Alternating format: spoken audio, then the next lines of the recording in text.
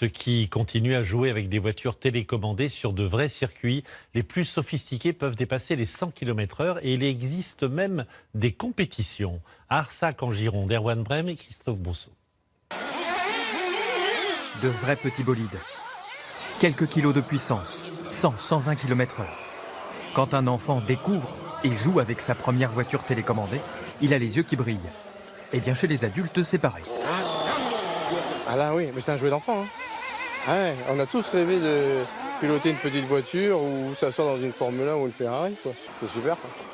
Dans le monde des amateurs de la voiture télécommandée, il y a les novices et les pros de la télécommande. Et tous sont passionnés, comme Jérôme. Déjà petit, j'ai déjà eu des petites voitures en jouet entre guillemets. Et puis un jour, je me suis rapproché d'un club avec un copain et puis voilà, depuis on lâche pas.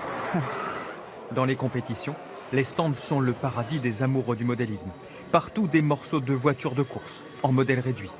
Jérôme vient avec une valise entière de pneumatiques différents. Ça, c'est qu'une partie du stock. Des types de crampons au niveau des pneus qui sont plus ou moins gros, petits, carrés, ronds. Ça dépend des pistes, de ce qu'on a besoin. Souvent, la passion naît dans l'enfance ou dans l'adolescence. Dans la famille Thauvin, c'est de père en fils. Et je regarde avec la gâchette. Là, je l'avance, donc c'est censé freiner. Et je regarde si ça freine bien. Dans le garage de Sébastien et Marius, les voitures occupent une bonne partie de l'espace. Et Marius, 13 ans, semble être à bonne école. Vous êtes dans une écurie automobile. L'écurie de la famille Thauvin. Voilà.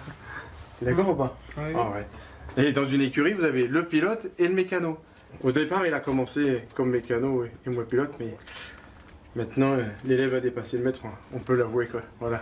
Les voitures de la saison passée sont à vendre, mais pour les courses de l'année prochaine, il y a une grande première. Marius va courir avec sa propre voiture, que ses parents viennent de lui offrir. Et pas question de laisser son père monter l'engin tout seul. Le réservoir.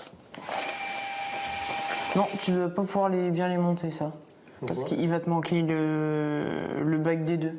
En fait, je dors pas juste avec mon fils, quoi. Il a découvert ça et il s'y est mis. Ça, c'est l'embrayage avec les maslottes. C'est beau à 13 ans d'avoir l'esprit mécanique et la logique mécanique, parce qu'il faut arriver à comprendre une notice mécanique, là, quand même. C'est pas rien, hein. Compliqué, mais la récompense, c'est le plaisir d'aller tester sa voiture avec d'autres passionnés et de transmettre son savoir. Ça va trop bien. Parce que j'adore la vitesse et voilà, les voitures, j'aime bien ça. Certains de ces modèles valent plus de 1 000 € et chaque bolide a son caractère, voulu par son propriétaire. Nerveux ou plus souple, mais l'objectif reste le même. Négocier les meilleurs virages, aller vite et faire le meilleur temps. Vas-y Joyce, c'est parti. Mais finalement, c'est super et puis c'est un bon apprentissage aussi pour les jeunes parce que ça apprend la concentration, la dextérité, c'est vraiment sympa. Et on est tous de grands enfants. Malgré l'âge, de 7 à 77 ans, on reste des gamins, complètement. En attendant la prochaine compétition, il n'y a plus qu'à s'entraîner pour aller encore plus vite.